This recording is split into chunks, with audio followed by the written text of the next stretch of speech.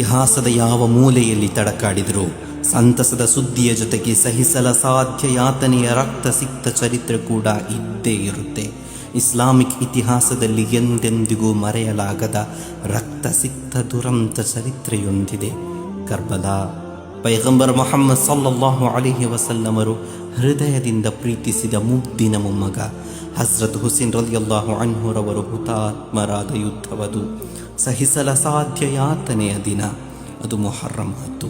ಆದರೆ ಒಂದನ್ನು ನೆನಪಿಟ್ಟುಕೊಳ್ಳಿ, ಸಂತೋಷದ ದಿನಗಳನ್ನು ನೆನಪಿಸಿ ಅದನ್ನು ಕೊಂಡಾಡಬೇಕು ಮತ್ತು ದುಃಖದ ದಿನಗಳನ್ನು ನೆನಪಿಸಿ ತಾಳ್ಮೆ ವಹಿಸಬೇಕೆಂದು ಇಸ್ಲಾಂ ಪ್ರಪಂಚಕ್ಕೆ ಬೋಧಿಸಿದೆಯೇ ಹೊರತು ಮುಖಕ್ಕೆ ಹೊಡೆದು ಎದೆಗೆ ಬಡಿದು ಕಪ್ಪು ವಸ್ತ್ರ ಧರಿಸಿ ಆ ವಸ್ತ್ರಗಳನ್ನು ಹರಿದು ಪ್ರಾಣಿಗಳಿಗೆ ಚಿತ್ರಹಿಂಸೆ ನೀಡಿ ಬಿಸಿ ಕೆಂಡದಲ್ಲಿ ನಡೆದು ತುಂಡಾದ ಕೈಗಳ ಪ್ರತಿಕೃತಿ ಮಾಡಿ ಅವುಗಳಿಗೆ ಹೂ ನೈವೇದ್ಯಗಳನ್ನು ಇಟ್ಟು ಶೋಕಾಚರಣೆ ನಡೆಸಲು ಇಸ್ಲಾಂ ಯಾವತ್ತೂ ಯಾರಲ್ಲೂ ಬೋಧಿಸಿಯೇ ಇಲ್ಲ. ಮಾತ್ರವಲ್ಲ, ಅದನ್ನು ಇಸ್ಲಾಂ ಅಂಗೀಕರಿಸುವುದು ಕೂಡ ಇಲ್ಲ. ಇಸ್ಲಾಮಿನ ಹೆಸರಲ್ಲಿ ಇಲ್ಲ ಸಲ್ಲದ್ದನ್ನು ಎತ್ತಿ ಕಟ್ಟಿ ಅದಕ್ಕೆ ಇಸ್ಲಾಂ ಎಂದು ಲೇಬಲ್ ಹಚ್ಚುವ ಪ್ರತಿಯೊಬ್ಬರಲ್ಲೂ ಹೇಳಲಿಕ್ಕಿರುವುದು ಅದು ಇಸ್ಲಾಮಿಗೆ ಕಳಂಕವೇ ಹೊರತು ಯಾವತ್ತೂ ಶೋಭೆ ತರಲ್ಲ.